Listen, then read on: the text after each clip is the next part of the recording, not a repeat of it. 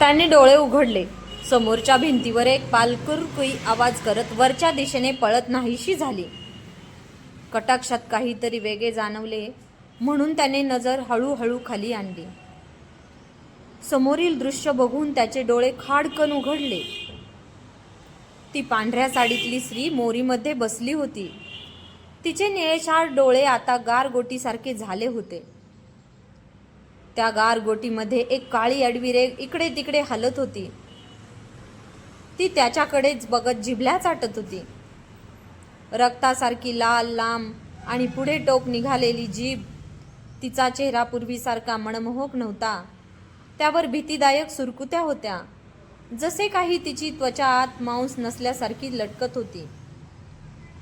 घशातून एखाद्या भुकेल्या श्वापदासारखा घुर्र आवाज येत होता. आता आजूबाजूची खोली बरळण्याच्या आणि हेल काढून रडण्याच्या अस्पष्ट आवाजांनी व्यापून टाकली होती. कोण आहेस तू? काय चालले आहे इथे? राजेश घाबरून विचारत म्हणाला आणि त्याने उठण्याचा प्रयत्न केला.